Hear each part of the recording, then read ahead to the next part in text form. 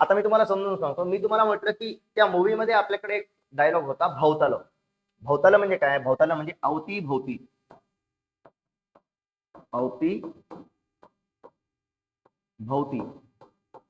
अवतीभोवती म्हणजे काय? म्हणजे आजूबाजूला. थोडक्यामध्ये काय? आजूबाजूला. ओके, आजूबाजूला. आणि त्याला आपण हिंदीमध्ये काय म्हणू शकतो? इर्द गिर्द. इर्द गिर्द. ओके, किंवा त्यालाच आपण काय म्हणू शकतो? आसपास. आसपास. ओके, पहा. भौतिक म्हणजे आपल्या आजूबाजूला, आपल्या इर्द गिर्द, आपल्या आसपास जे काही आहे. Okay, come to the point. पहा, भौतिक शास्त्र. भौतिक म्हणजे आपल्या अवतीभोवती, आपल्या आजूबाजूला, अपने इर्द गिर्द जो है, अपने आसपास जो है वो सब, याला म्हणायचं भौतिक. भौतिक म्हणजे आजूबाजूला सगळं आलं त्यामध्ये. आता प्रश्न निर्माण झाला, what do you mean by शास्त्र? शास्त्र या शब्दाचा अर्थ काय आहे? तर शास्त्र म्हणजे बाळांनो डीप स्टडी. शास्त्र म्हणजे काय? Deep study.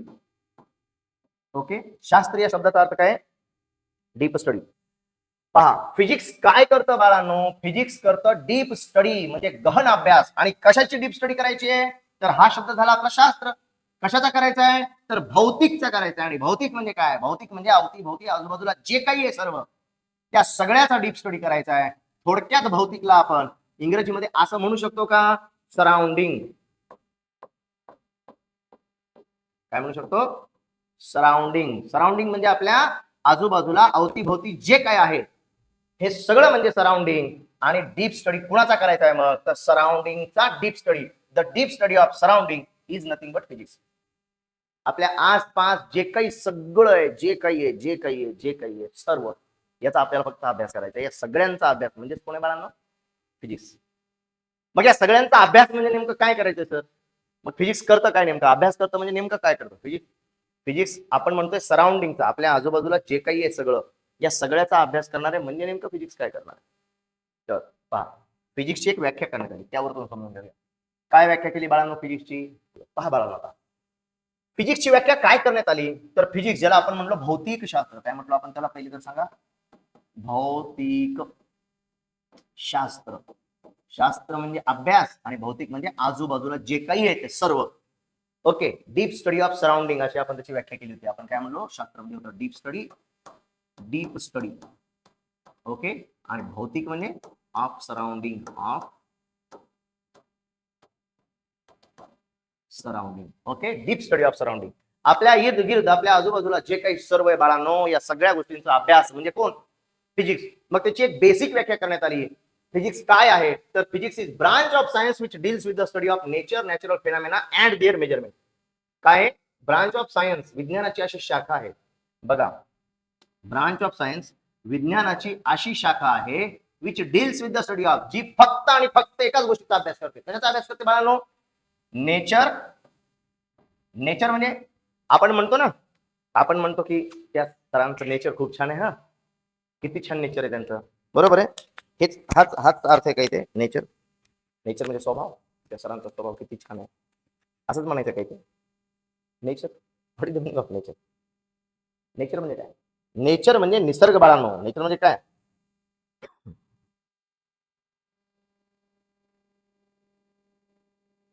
ओके, नेचर म्हणजे काय? नेचर म्हणजे काय? पटकन सांगा. नेचर म्हणजे बाळांनो निसर्ग.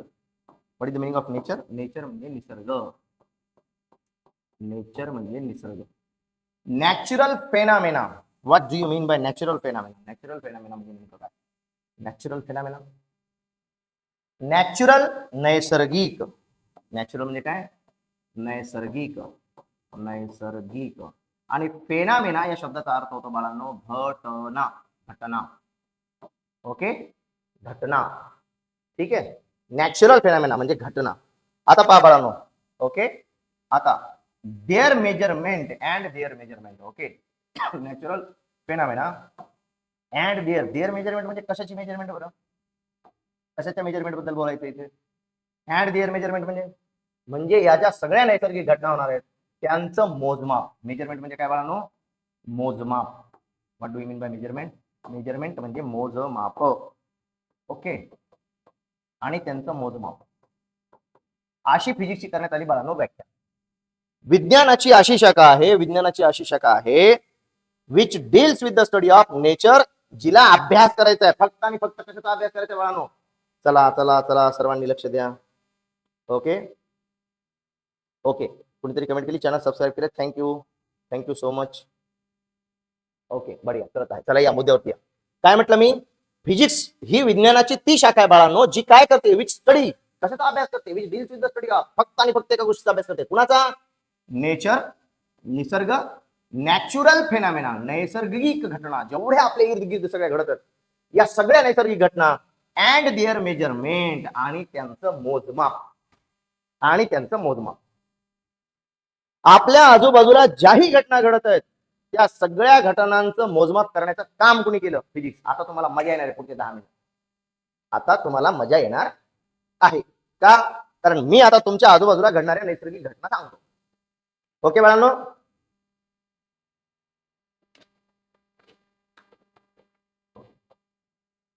बघा कळतं का?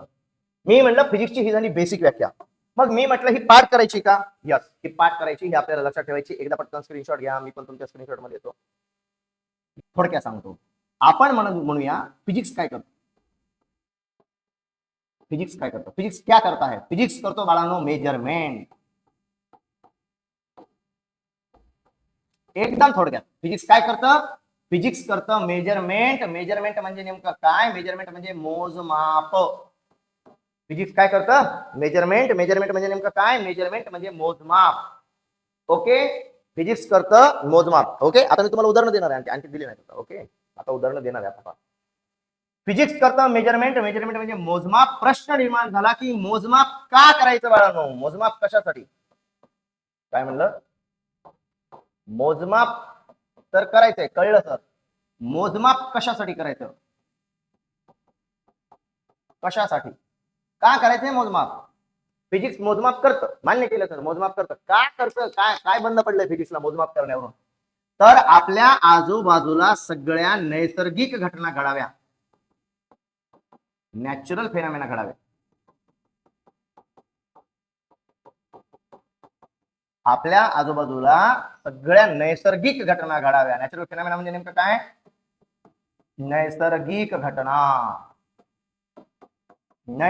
घटना घडाव्या म्हणून फिजिक्स करतं मेजरमेंट. पहिला प्रश्न निर्माण झाला, फिजिक्स काय करतं? फिजिक्स काय करतं? फिजिक्स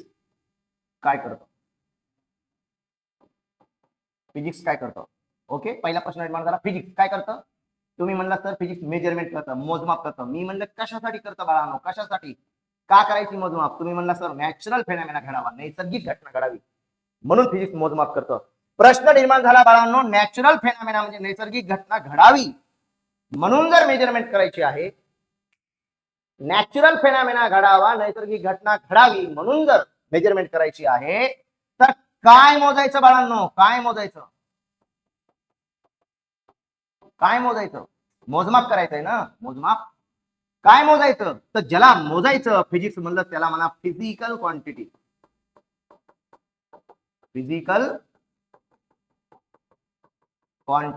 त्याला काय म्हणा बाळांनो? फिजिकल क्वांटिटी म्हणा. मग फिजिकल क्वांटिटी म्हणजे नेमकं काय? तर ज्याला आपण मोजू शकतो, त्याला काय म्हणतात बेटा? Physical quantity. कशाला मोजू शकतो सर? काय मोजण्यासारखं? तर बाळांनो, जेव्हा आपले पूर्वज, आपण एन्शियंट टाइमामध्ये होतो की नाही, अति प्राचीन कालखंडामध्ये, एकदम प्राचीन कालखंडामध्ये आपले जे पूर्वज असायचे बाळांनो, ते पूर्वज असा झाडाचा पाला बांधायचे अंगाला, झाडाचा पाला, आणि मग ते शिकार करायचे. त्या टायमामध्ये त्यांना केस असायचे, हात असायचे, बोट असायचे असे बघा ते, आणि असं झाडाचा पाला बांधायचे ते आपल्या अंगाला, असं झाडाचा पाला बांधायचे बाळांनो. खूप जुना कालखंड आहे हा, प्राचीन कालखंड, जेव्हा सभ्यता विकसित झाली नव्हती, सिव्हिलायझेशन. ओके, जेव्हा सभ्यता विकसित झाली नव्हती त्या कालखंडामध्ये आपले पूर्वज असा पाला पाचोळा अंगाला बांधायचे. हिरवा कलर आहे का पाला पाचोळ्याला द्यायला आपल्याला? असा पाला पाचोळा अंगाला बांधायचे बेटा. ओके, वेगवेगळ्या झाडाचे पानं वगैरे वगैरे असे बांधायचे आणि मग शिकार करायचे. झिंगलालहुम फुर फुर, झिंगलालहुम फुर फुर. ऐकले का? ओके, असे असे पालापाचोळा, काड्या वगैरे वगैरे वगैरे बघा, असे वेगवेगळे आवरण असायचे त्यांच्या अंगावरती. आणि मग हे पालापाचोळा बांधून शिकार करायचे बेटा, शिकार. काय मोजायचं याचं उत्तर सांगतोय तुम्हाला. हे कसं कळलं आपल्याला, काय मोजायचं नेमकं, कसं कळलं, काय मोजायचं नेमकं कसं कळलं? तर आपल्या पूर्वजांनी या कालखंडात जेव्हा असा पालापाचोळा बांधून जायचे, मग मोठे मोठे कुठेतरी पहाड असायचे, असे टेकड असायचे की नाही, खूप मोठे मोठे. आणि आपला पूर्वज समजा मग त्या पहाडाच्या आजूबाजूला कुठेतरी बसलेला असायचा. बसलेला म्हणजे बाळांनो, बसलाय म्हणजे तो तो शिकार शिकार शोधायचा, शिकार. आणि काय बांधलेला असायचं, पाला पाचोळा बांधलेला असायचा. ओके, कधी कधी कधी कधी शिकार करून करून थकल्याच्या नंतर आपले पूर्वज डोंगरावरती इकडे तिकडे जाऊन झोपायचे आणि अंगाला तो पाला बांधलेला असायचा. ओके, शरीराला सगळीकडे पाला बांधलेला असायचा. आणि मग बकऱ्या वगैरे जर आल्या बाळांनो, तर बकऱ्या सगळा पाला खाऊन जायच्या. हा झोपलेला आणि सगळा पाला बकऱ्या, त्यांना काय माहिती हा झाडाचा पाला आहे की बांधलेला पाला आहे. बकऱ्यांना असं वाटलं की हिरवागार नवीन नवीन ताजा पाला दिसतोय आणि त्या बकऱ्या पाला खाऊन जायच्या. मग याला दुसरं दुसरं झाड शोधावं लागतं बाळांनो. मग दुसऱ्या झाडाचे पानं वगैरे आपला पूर्वज तेव्हा बांधायचा. मग मग जेव्हा असं शिकारीसाठी हा कुठेतरी बसायचा बाळांनो, असं बसल्याच्या नंतर त्याला समजा एखादं छोटं हरिण दिसलं, हरिण हरिण मारणं तुम्हाला माहिती आहे कायद्याने खूप मोठा गुन्हा आहे. पण जुन्या कालखंडामध्ये अशा हरिण मारले जायचे आहे की नाही. आपले पूर्वज जुन्या कालखंडामध्ये हरिण वगैरे मारत असतील ना, आपल्याला आता माहिती नाही आता मारतात की नाही. आता तर मारत नाही, आता कायद्याने गुन्हा आहे की नाही. अच्छा, हरणाला 5 पाय झाले बाळांनो, आता राहू दे, आता एक एक्स्ट्रा पायाचा आपल्याकडे हरिण. ओके, 2 2 4 आणि 1 5, नको 4च पाय घेऊया बाळांनो. ओके, हे हरिण डिशक्याव डिशक्याव डिशक्याव डिशक्याव आणि शेपूट पण आहे त्याला. ओके, कानं पण आहेत बाळांनो. आणि त्याला हरणाचं पिल्लू दिसलं बाळांनो. कुणाला दिसलं बाळांनो हरणाचं पिल्लू? हरणाचं पिल्लू आपल्या पूर्वजाला दिसलं. मग पूर्वजानं काय केलं, बाजूला पडलेला मोठा दगड, अरे रे रे ते राह चली धुमधाम धुमधुमधाम, त्याने दगड उचलला बाहुबलीचा. गाणं वाजायला लागलं त्याच्या डोक्यात, जय जयकारा जय जय, आणि तो मोठा दगड घेऊन चालला. कुणाला मारण्यासाठी? हरणाला. हरणाला मारण्यासाठी समजा आपला पूर्वज वरती टेकडावर जाऊन थांबला, लपून, हा लपून एका टेकडावर थांबला. आणि त्याने काय घेतलंय, मोठा दगड घेतलाय बाळांनो, मोठा दगड घेतलाय. ओके, एक मोठा दगड पकडलाय आता, मोठा दगड. ओके, बाहुबली सारखा. ओके, बाहुबलीने मोठी पिंड उचलली होती आणि याने काय उचललंय, मोठा दगड. आणि मोठा दगड घेऊन कुणाला मारायला चाललाय तो, हरणाच्या पिल्ल्याला. हरणाचा पिल्लू कुठे, खाली. आणि हा कुठे, हा पहाडावर गेला. आपल्या जुन्या कालखंडामध्ये आपले पूर्वज फार शक्तिशाली होते. ओके, बाहुबली मधला बाहुबलीच आहे ना, जुन्या काळातले पूर्वज आपले तसेच असायचे. बघा आजही खेड्यापाड्यातले आपले जे आजी आजोबा वगैरे जे जिवंत आहेत जुन्या काळातले, त्यांचं तुम्ही जेवण बघा, त्यांचं खाणं पिणं बघा, त्यांचं राहणं बघा, एकदम ताकदवर. त्यांनी जर आपल्या जुन्या आजी आजोबांनी जर असा असा जर आपला जर हात आहे ना, हात हात तळवा, असा जर आजच्या पिढीतल्या एखाद्या पोराचा कानाखाली फट दिशेने हल्ला ना बाळांनो, 4-5 कोलांट्या उड्या मारून ते पोरग खाली पडणार. जवळपास नाली असली तर डायरेक्ट बेंदाडामध्ये तोड जाणार. एवढं डेंजर. जुन्या काळातले लोक फार ताकद होते. आता मग आपल्या त्या जुन्या काळातल्या एखाद्या पुरख्यानं काय केलं, तो दगड उचलला, दगड. ओके, आणि तो दगड घेऊन तेरी राह चली बाहुबली वगैरे वगैरे गाणं म्हणत तो कुणाला कुणाला मारायला चाललाय, हरणाच्या पिल्ल्याला. आणि त्याने तो दगड उचलला आणि तो दगड जोरात बाळांनो फेकला. आणि दगड एकदम वरतून आला, धाम धुष्य अंगावरती पडला. मला सांगा, याच्या अंगावरती दगड पडल्याच्या नंतर आपल्या पूर्वजाला याचं खायचं होतं, मांस. बरोबर आहे, जुन्या काळामध्ये तर हे असंच खायचे ना, शिकार करून खायचे बाळांनो, कंदमूळ खायचे, है की नाही, फळं खायचे, पालापाचोळा जे भेटायचे ते खायचे. बरोबर आहे. आता मला सांगा बाळांनो, जेव्हा जेव्हा हा एवढा मोठा दगड या हरणाच्या अंगावरती पडेल, किंवा जो कोणी प्राणी असेल, समजा शेळी आहे, बकरी आहे, कुणी आहे, त्याच्यावरती पडेल, पडल्याच्या नंतर त्याचा काही मांस भेटेल का त्या पूर्वजाला आपल्या? भेटेल? शक्यच नाही. चेंडा मेंढा, तो काय म्हणतात, बारीक बारीक बारीक बारीक बारीक किंवा, बरोबर आहे, सगळा भुगा. म्हणजे तो असा सावडावं लागेल, त्याला ते सावडावं लागेल, सावडावं लागेल, जमा करावं लागेल, होईल. आणि ते कशा शिजवायचं, शिजवायला काय त्याच्याकडे भांडे कुठे नसायचे का? म्हणजे त्याला ही शिकार केल्याच्या नंतर एक गोष्ट कळली की आपल्याला छोट्या प्राण्याची शिकार करण्यासाठी असा मोठा दगड घेऊन चालणार नाही. आपल्याला जो दगड घ्यायचा आहे त्याचं वजन कमी असलं पाहिजे. काय कमी असलं पाहिजे? वजन. वजन म्हणजे काय? मांस. वजन म्हणजे काय? मांस. मग त्या कालखंडात जेव्हा आपले पूर्वज झिंगाला हुम हुर हुर बनवून ते दगड वगैरे मारत होते बाळांनो, त्या कालखंडात त्यांना पहिली संकल्पना कळली, एक गोष्ट त्यांनी मोजली, दॅट इज मास, वजन. त्यांनी वजन मोजलं. त्याला लक्षात आलं की आपल्याला छोटा प्राणी मारायचा आहे. समजा ससा दिसला, त्याला मारायचं. ही एवढा मोठा भला मोठा दगड आपला एखादा घेऊन तो जर तो दगड घेऊन त्याच्या पाठीमागे लागला, त्याला कळलं आपल्याला दगड घेऊन पळता येणार, आणि दगड फेकून जर मारला तर तो व्हायला चेंदा मेंदा. याचा अर्थ आपल्याला छोट्या प्राण्याला मारण्यासाठी बारीक दगड घ्यावा लागेल, बारीक, आणि निशाणा धरावा लागेल, आणि निशाणा धरून दगड एक्झॅक्ट आपल्याला त्याला व्यवस्थित जिथे लागल्याच्या नंतर तो मरेल. आहे की नाही? आहे की नाही?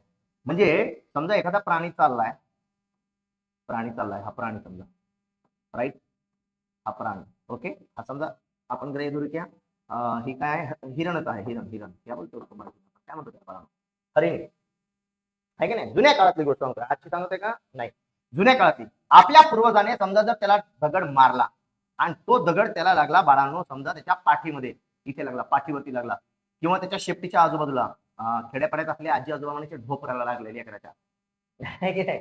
खेड्यापाड्यातली म्हातारी वगैरे आपल्या ज्या आजही बघा, आजही आपल्याकडे खेड्यापाड्यातल्या ज्या म्हाताऱ्या बाया असतात, माय लेकरू लय पडलं रे, सगळ्या ढोपराला लागले, खर्चटले त्याच्या, म्हणतात की असं, बरोबर आहे? तर तसा समजा दगडीच्या पाठीला लागला बाळांनो, ढोपराला लागला हरणाच्या, तर तो मरेल का? तो जखमी होईल, मी मान्य केलं. मला काय सांगायचं तिथे या मुद्द्यावरती या, तुम्ही दुसरीकडे ढोपर वगैरे सोडून द्या, सगळं हा विषय कुठे लागलाय दगड तो सोडून द्या. तुम्हाला कळतंय मी काय सांगत आहे? मी तुम्हाला सांगतोय की हा दगड याला जर इकडे लागला कुठे, तर कदाचित त्याची शिकार आपल्या पूर्वजाला करता येणार नाही. मग त्याला कळलं पूर्वजाला त्याला मारायचे कुठे, डोक्यात मारायचं, आणि मग डोक्यात मारण्यासाठी दगड केवढा असला पाहिजे. मग त्याला कळलं की वजन त्याचा कमी असलं पाहिजे. कमी वजनाचा दगड घेतला तर आपल्याला निशाणा धरता येतो, आणि मग फटकन दगड मारला की त्याच्या डोक्यात वगैरे लागला की लगेच शिकार झाली, मग त्याला भाजलं की खाल्लं. आलं लक्षात? सांगा. यस, चला, फार हसताय तुम्ही बाळांनो. हा, तुमच्या कमेंट्स खूप आल्या म्हणून पाहायला आलो. यस, मी काय सांगतोय बघा, आता मी जे सांगतोय तिथपर्यंत पोहोचण्याचा प्रयत्न करा. काय मोजायचंय? आपण म्हणलो फिजिकल क्वांटिटी. तुम्ही म्हणला सर फिजिकल क्वांटिटी म्हणजे नेमकं काय? What is physical quantity? मी म्हणलं ज्याला मोजता येईल त्याला म्हणायचं फिजिकल क्वांटिटी. तुम्ही म्हणला मोजायचं काय, पण नेमकं कशाला मोजता येतं? तर जुन्या काळात आपल्या पूर्वजांनी कधी, जुन्या काळात म्हणजे कधी, व्हेन इन एशियन टाइम, प्राचीन कालखंडात काय मोजलं बेटा? वजन मोजलं, वजन. अच्छा, दुसरी गोष्ट, समजा सीन हाच आहे सगळा, ओके, समजा ग्रह्य धरा, हाच सगळा सीन आहे प्राचीन कालखंडातला. राहू देऊ का बाळांनो असं, पुढच्या पानावरती समजून सांगतो, ओके, मग परत पाठीमागे. समजा सीन हाच आहे, ओके, हे अशी मस्त झाडं झुडपं होती, ओके, आणि या सगळ्या झाडा झुडपांमध्ये, ओके, असंच कुठेतरी आणखी एखादा प्राणी पळत होता, राईट, छान आहे प्राणी, हा बघा असं गवत होतं, राईट, ठीक आहे बाळांनो. आता काय झालं, आपला पूर्वज कुठेतरी बसलेला होता, समजा असे डोंगर वगैरे मस्त मस्त आहेत, आणि त्याच्यात आपला पूर्वज कुठेतरी आता बसला होता लपून छपून, ओके, आपला पूर्वज असा इकडे बसला होता, वाट बघतो एखादा प्राणी आपल्याला भेटतो. आपला पूर्वज बसलेला, त्याला दिसलं इकडनं एक प्राणी येतोय, चिमुकला मस्त एकदम प्राणी, एकदम छान, आणि हा प्राणी आपल्या या पूर्वजापासून समजा किती दूर आहे बाळांनो, तर हा होता पूर्वजापासून 50 ते 60 फूट दूर, 50 ते 60 फूट दूर. किती दूर आहे? 50 ते 60 फूट दूर आहे बाळांनो. मग आपल्या पूर्वजाने काय केलं बेटा? पूर्वजाने पाठीमागे ऑलरेडी समजा त्याने एक मोठं एक बांबूचं जे झाड आहे, ओके, बांबूचं जे झाड आहे, त्या बांबूच्या झाडाचा एक 30 फुटाचा बांबू त्याने तोडलेला होता, 30 फुटाचा बांबू, आणि त्याला असं टोक करून ठेवलं त्याने समोरच्या बाजूला, ओके, त्याला असं टोक करून ठेवलं होतं. किती फुटाचा बांबू? 30 फुटाचा. आता आपला पूर्वज उभा राहिला समजा, बघा, हा कळतं का? आता हा आपला पूर्वज या गवतामध्ये येऊन उभा राहिला, इथे लपून छपून तो येऊन उभा राहिला, आणि त्याने हातामध्ये तो बांबू पकडला. मला सांगा, तो बांबू असा झुकेल की नाही समोरच्या मागच्या बाजूला? होईल? 30 फूट दूर, 30 फूट दुरीचा लांब बांबू त्याने उचलला. का? कारण 60 फुटावरती इकडे प्राणी आहे, त्याची शिकार करायची. मग शिकार करण्यासाठी त्याने 30 फूट दूर असलेला एक बांबू पकडला, आणि तो बांबू असा हातात पकडला, तो त्याच्या मागे पळतो. आता जाऊन त्याला तो खूप साईट आहे समजा. आता मला सांगा, 7 फूट 8 फूट एवढा लांब जर मी जेवढा दूर असा पकडला, तुम्हाला असं दिसेल, असा दिसतोय, एवढा दूर, बरोबर आहे, एवढा दूर जर बांबू असेल किंवा याच्यापेक्षा थोडासा लांब असेल, तर तो तुम्ही पकडल्याच्या नंतर तो सरळ राहील. पण जर 30 फूट दूर असेल तर त्याची पुढची जी बाजू असेल ना, ही पुढची लांब एकदम शेवटचं जे टोक असेल तर ते असं खाली झुकेल, तिकडचं पण आणि इकडच्या साईडचं इकडचं पण खाली झुकेल. मग समजा जर याला त्याला मारायचं असेल बाळांनो, तर हे बांबू जेव्हा घेऊन पळल आपला पूर्वज, हा, इकडं पाला पाचोळा सटकायलाय आगाचा, एक तर पाला पाचोळा बांधलेला आहे लिंबाचा ह्याचा, कशात काय पाला बांधायचे तेव्हा, ओके, मोठ्या मोठ्या झाडाचे पानं बांधायचे, कधी कधी बकऱ्या यायच्या खाऊन जायच्या, कधी कधी हे झोपायचे, पाऊस यायचा, पावसामध्ये हे बांधलेला पाला पाचोळा पाणी साचायचं आणि पाण्यामध्ये यायचा वर, ते जायचा वाहून, हे विचार झोपला असत आपलं, जेव्हा जाग आली तर पाहिले तर पाला पाचोळा गायब, दुसऱ्या झाडाचा पाला पाचोळा ठेवलाय. कधी कधी पाला पाचोळा बांधला एखाद्या गुफेमध्ये, गुफा असायच्या बाळांना, अशा गुफा असायच्या छोट्या छोट्या, असे दरवाजे केलेले असायचे गुफेला, आहे की नाही, गुफेला असे दरवाजे केलेले असायचे, त्याच्या आतमध्ये जाऊन झोपायचे. कधी कधी पाला पाचोळा ताजा एकदम झाडाचा एखाद्या बांधलेला पाला पाचोळा असायचा, वेली असायच्या, मोठे मोठे पानं असायचे, मग संध्याकाळी ते जेवण वगैरे करायचे, झिंगाला हुम जाऊन झोपायचे आपल्या आपल्या त्या गुफेमध्ये जाऊन झोपायचे. साप यायचा बाळाला, कधी कधी साप, सापाला काय माहिती पाला पाचोळा झाडावर जायचा कुठलाय, सापाला वाटायचं ताजा पाला पाचोळा घुसला माझा साप, ह्याला जेव्हा वळवळ व्हायची तेव्हा कळायचं की साप आतमध्ये घुसलाय, मग हे सापाला पकडायचे ठेचायचे, त्याला भाजून खायचे. जुना काळ खूप वेगळा होता बाळांनो, आपण त्या काळातून वापस आलो, आपण सिव्हिलाइज झालो, आपण नवीन आपली एक संस्कृती बनवली आणि आपण आपल्या संस्कृतीमध्ये नवीन संस्कृतीमध्ये आलो. ओके, घर बांधणे, व्यवस्थित राहणे वगैरे वगैरे, आहे की नाही. याच्या अगोदर म्हणजे जेव्हा हे सगळं सुरू झालं प्राचीन कालखंडात, त्याच्यानंतर मोहनजोदडो, हडप्पा नावाच्या संस्कृती पण निर्माण झाल्या. ओके, इतिहासाचा देखील एका दिवशी मी तुमचा एक छान टॉपिक घेईल आणि एक खूप मोठे मोठे सिव्हिलायझेशन आपण जगाला दिले बाळांनो. सगळ्यात जास्त भारी सिव्हिलायझेशन भारतात होते, भारतातून जगामध्ये हे सगळं गेलं, हे सगळं भारतात होतं. आज आपली जी नगरची रचना आहे याच्यापेक्षा स्टँडर्ड नगर रचना त्या कालखंडात होत्या. 4-4 फूट खोल असलेल्या नाल्या असायच्या. ओके, 4-4 फूट खोल असायच्या, 4 फूट त्याची विड्थ असायची, म्हणजे ते अशी काय म्हणता येईल तुम्हाला, ती लांबी रुंदी, 4-4 फुटाच्या नाल्या असायच्या, त्याच्या पाठीमागे घर विशिष्ट अंतरावरती, त्याच्या समोर रस्ता असायचा 30-30 फुटाचा. एवढे आपण सिव्हिलाइज होतो. ओके, पण असू द्या, या मुद्द्यावरती मी तुम्हाला सांगतोय की हा भाला घेऊन आपला जो पूर्वज आहे, हा जर पूर्वज समजा भाला घेऊन गेला आणि भाला घेऊन जाऊन जर याने मारायचा प्रयत्न केला या चिमुकल्या प्राण्याला, तर हा प्राणी मरेल का सांगा? नाही, त्याला मारता येणार नाही. मग हा प्राणी मरत नसायचा. मग याला कळलं की एवढा एवढा लांब भाला घेऊन आपल्याला मारता येणार नाही, आपल्याला भाला छोटाच पाहिजे. भाला कसा पाहिजे? छोटा, 6 फूट, 6 फूट 7 फूट. मग तो भाला पकडला आणि त्याच्या समोरच्या बाजूला जर टीप तयार केली, टीप टीप म्हणजे काय कळतंय ना, एक छोटासा ॲरो तयार केला, ॲरो, आणि तो भाला जर पकडून आपण जर फेकला जोरात, तर मग तो भाला त्या प्राण्याच्या अंगामध्ये घुसायचा, शिरायचा आणि मग त्याची शिकार करण्यात आसानी व्हायची. बरोबर आहे, सोपं जायचं. मग यांना कळलं की एवढी लांब असलेली एखादी काठी घेऊन आपल्याला चालणार नाही. त्यांना सेकंड गोष्ट भेटली बाळांनो. सेकंड गोष्ट काय भेटली? दुसरी गोष्ट भेटली लेंथ. लेंथ म्हणजे लांबी. एक गोष्ट त्यांना ऑलरेडी कळली होती, ती म्हणजे मास. नंबर 1 वर मास, मास म्हणजे वजन. दुसरी गोष्ट काय कळली? लांबी, की आपल्याला एवढा लांब भाला घेऊन शिकार करता येणार नाही. शिकार तर करायची, पण शिकार करण्यासाठी आपल्याला भाला केवढा पाहिजे? छोटा, 6 फुटाचा 7 फुटाचा, आणि मग तो फेकला तर आपल्याला शिकार करता येईल. Is it right? आणि मग बाळांनो पहा, मग आपल्याला कळलं की काय नेमकं काय मोजायचंय. तर प्राचीन कालखंडापासून अशा 3 गोष्टी आपल्याला मोजता आल्या होत्या. त्या गोष्टी कोणकोणत्या होत्या बाळांनो? तर पहिली गोष्ट होती लेंथ. लेंथ आपल्या पूर्वजांना कळलं काय मोजायचं, लेंथ. लेंथ म्हणजे लांबी. दुसरी गोष्ट कळली मास. मास म्हणजे वजन. आणि तिसरी गोष्ट कळली बाळांनो टाइम. टाइम म्हणजे वेळ. ओके, वेळेला मोजण्याच्या वेगवेगळ्या पद्धती आल्या. जुन्या कालखंडात आपल्या पूर्वजांनी जेव्हा हे सगळं सुरू केलं, तेव्हा त्यांनी पाहिलं की सूर्य उगवतो, सूर्य डोक्यावरती येतो, डोक्यावरतून खाली येतो. सूर्य निघतो, निघल्यानंतर डोक्यावर येतो, डोक्यावरतून पुन्हा खाली येतो. तर त्यांनी अगोदर ठरवलं की सूर्य निघल्यापासून डोक्यावर येईपर्यंत आणि तिथून खाली जाईपर्यंत हा सगळा एकच वेळ आहे. आणि सूर्य निघून गेल्यानंतर मग चंद्र जेव्हा निघतोय किंवा नाही जरी निघाला, तर सूर्य गेल्याच्या नंतर जो अंधार होतोय तिथपासून पुन्हा सूर्य निघेपर्यंत हा एक वेळ आहे. मग वेळेला 2च भागांमध्ये मोडलं त्यांनी, 2च भाग केले वेळेचे. मग नंतर त्यांनी वेळेचे 3 तुकडे केले. सूर्य निघाला, डोक्यावर आला, डोक्यावरतून मावळला, निघून गेला, तर इथून डोक्यावरती येईपर्यंत एक वेळ, तिथून खाली जाईपर्यंत दुसरा वेळ. मग पूर्ण रात्रीचा एक वेळ, 3 वेळ केले. मग पुन्हा रात्रीमध्ये 2 तुकडे केले, 4 वेळ झाले. 4 वेळा असतात.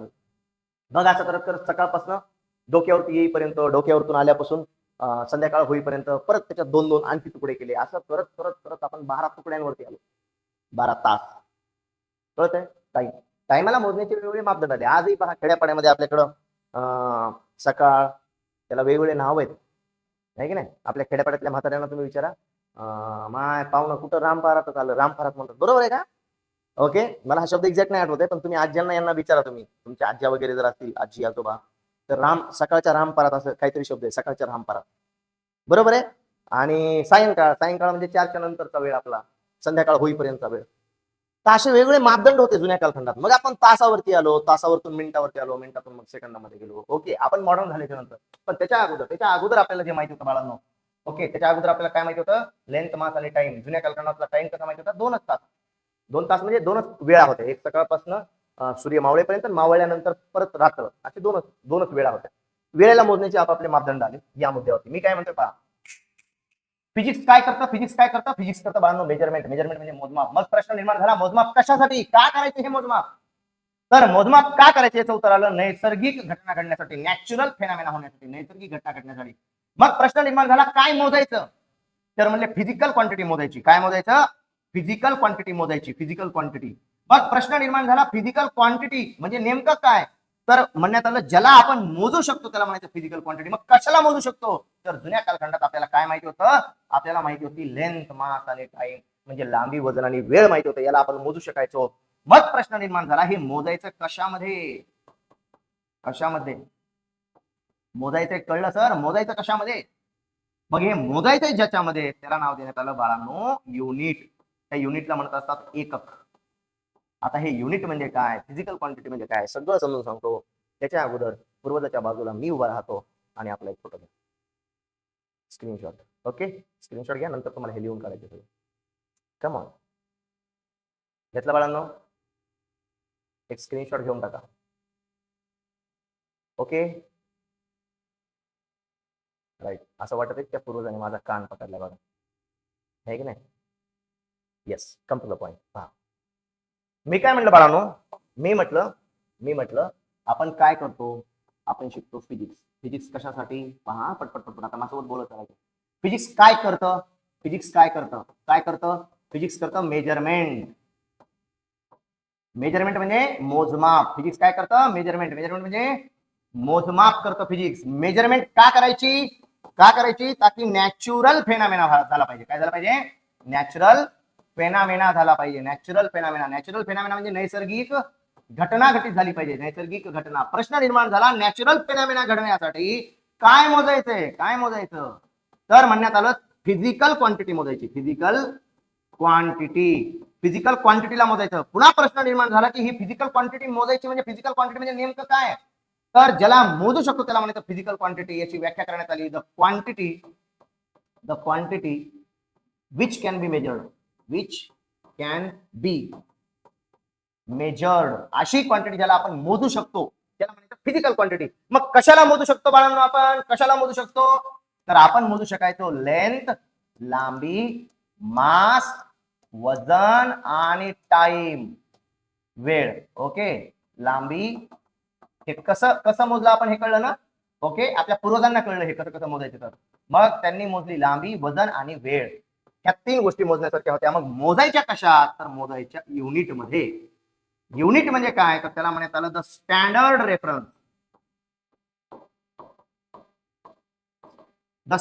Reference used for measurement.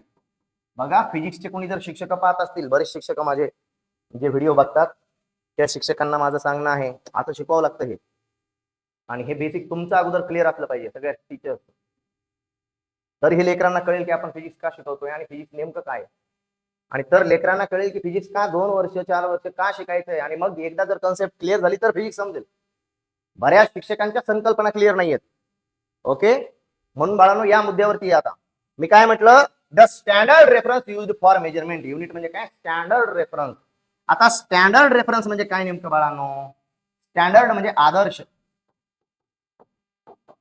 Okay, आणि रेफरन्स म्हणजे आधार, आदर्श आधार.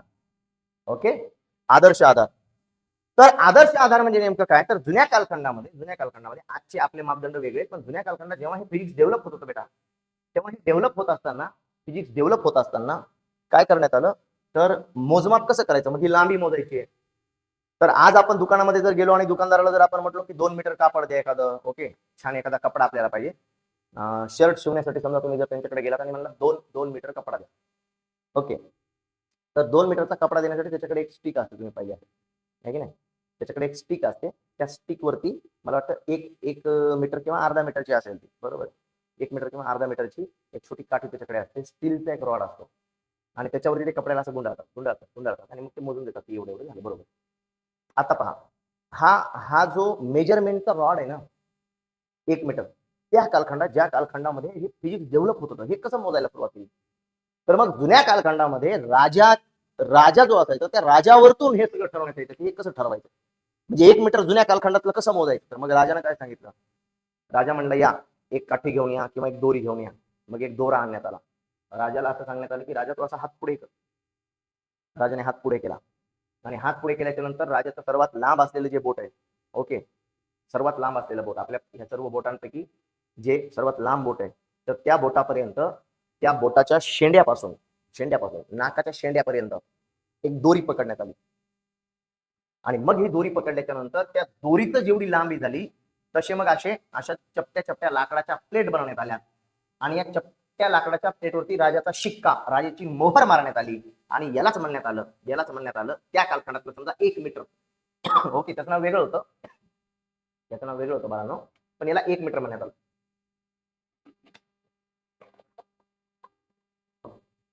ओके, याला 1 मीटर म्हणण्यात आलं त्या कालखंडात.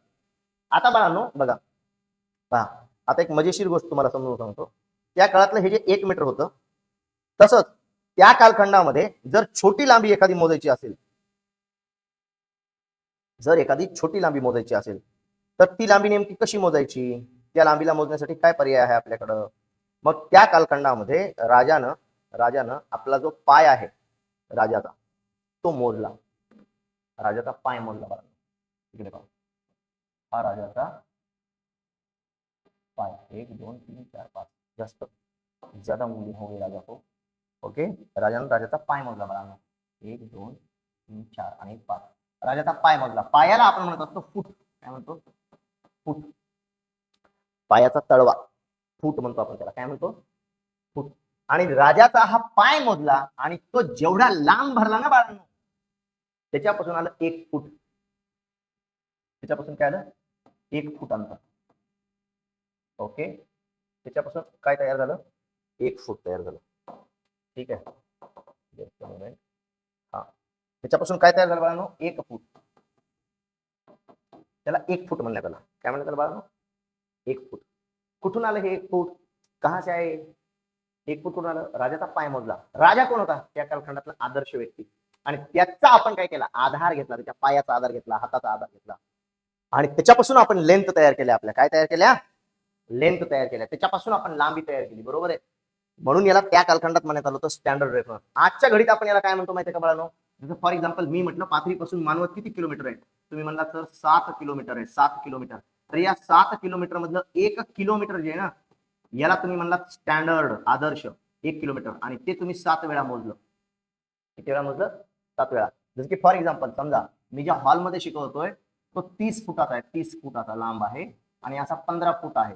ओके, 15 बाय 30 फुटाचा हॉल आहे, ज्या हॉलमध्ये मी तुम्हाला शिकवतोय सध्या. मग मी म्हणलं बाळांनो आपला हॉल 30 फूट आहे, 30 फूट म्हणजे काय, तर 1 फूट जे आहे, 1 फूट याला मी 30 वेळा मोजलं बाळांनो. तर यातलं 1 फूट जे आहे, या 1 फुटाला म्हणायचं स्टँडर्ड रेफरन्स. 1 फुटाचा आधार घेतला आपण आणि त्याचा आधार घेऊन मग 1 फूट, 2 फूट, दुसऱ्यांदा पुन्हा 2 फूट मोजलं. त्याच 1 फुटाच्या पट्टीला आपण मोजत असं हे 1 फूट, 1 फूट, 2 फूट, मग त्याचे 3 फूट, 4 फूट, म्हणजे 1 फूट आपण मोजत गेलो. असं 30 फूट मोजलं आपण. किती वेळा मोजलं, 30 वेळा मोजलं, त्याच्या 30 पट मोजलं आपण. आया ध्यान में. तर स्टँडर्ड रेफरन्स असं तयार करण्यात आलं, युनिट असं तयार करण्यात आलं. ओके, तर आता पहा आता मुद्दा येतं, पहा फिजिक्स काय करतं, फिजिक्स करतं मोजमाप. मोजमाप कशासाठी करायचं बाळांनो, नॅचरल फिनॉमिना होण्यासाठी. नॅचरल फिनॉमिना होण्यासाठी काय मोजायचं बाळांनो, फिजिकल क्वांटिटी. फिजिकल क्वांटिटी कशात मोजायची आहे, युनिट मध्ये मोजायची आहे. मग प्रश्न निर्माण झाला, नॅचरल फिनॉमिना होण्यासाठी, नैसर्गिक घटना होण्यासाठी जर मोजमाप करायचे तर म्हणजे नेमकं काय सर, नेमकं फिजिकल क्वांटिटी कशी मोजण्यात आली, बघा उदाहरण समजून सांगतोय. ओके, आता वर्षभरासाठी तुम्हाला हे लक्षात ठेवायचं उदाहरण. समजा एक असा रस्ता आहे मस्त एकदम, ओके, आणि समोर ना असा एकदम वळण आहे, युटर्न कळतं तुम्हाला, युटर्न, याला अंधा मोड म्हणतात. अंधा मोड म्हणजे काय माहितीये का, म्हणजे तुम्ही एखाद्या रस्त्यावरती आला तर सडन एकदम चेंज झाला, तुम्ही असं चलत चलत आलात आणि सडन रस्ता एकदम असा चेंज होणार, तुम्हाला इकडचं कधीच दिसणार नाही ह्या रस्त्याच्या इकडनं कोण येतंय. तुम्ही इकडनं आला तर कोणीतरी तिकडनं आला तर दोघांची एकदम टक्कर झाली, याला म्हणतात अंधा मोड, अंधा मोड. ओके, मग तुम्ही असं आलात आणि तुम्हाला आता इकडे जायचंय, बरोबर आहे, तसा असा असा अंधा मोड सारखा हा टर्न आहे. आणि समजा याच्यावरती एक एसके म्हणजे त्याला आपण म्हणतो सुंदर कन्या, सुंदर कन्या. ओके, ही फिजिक्स मध्ये फेमस आहे बाळांनो, एसके सुंदर कन्या. ओके, फिजिक्स मध्ये ही फेमस आहे. ही सुंदर कन्या समजा गाडी चालवते बाळांनो, बघा आता हा, ही सुंदर कन्या गाडी चालवत आहे समजा. ओके, ही तिची गाडी बाळांनो. ओके, नवीन गाडी आहे समजा, खूप चाकाची गाडीला 4-5 चाकाची गाडी आहे असं ग्राह्य करा. ओके, तिला 2 वेण्या पण आहेत, पोणी म्हणतो आपण त्याला, पोणी, तर उसको पोणी भी है, वेणी पण आहे. आणि ही सुंदर कन्या समजा हा असा रस्ता आहे पूर्ण आणि त्याच्यावरती ही गाडी चालवत आहे. आता ग्राह्य धरा ही केस काय समजून सांगतोय बघा, मी फार महत्वाची बाब समजून सांगतो तुम्हाला. हा असा रस्ता होता एकदम स्ट्रेट आणि ही सुंदर कन्या गाडी चालवत होती बेटा 120 किलोमीटर पर आवरच्या स्पीडनं. 120 किलोमीटर पर आवर.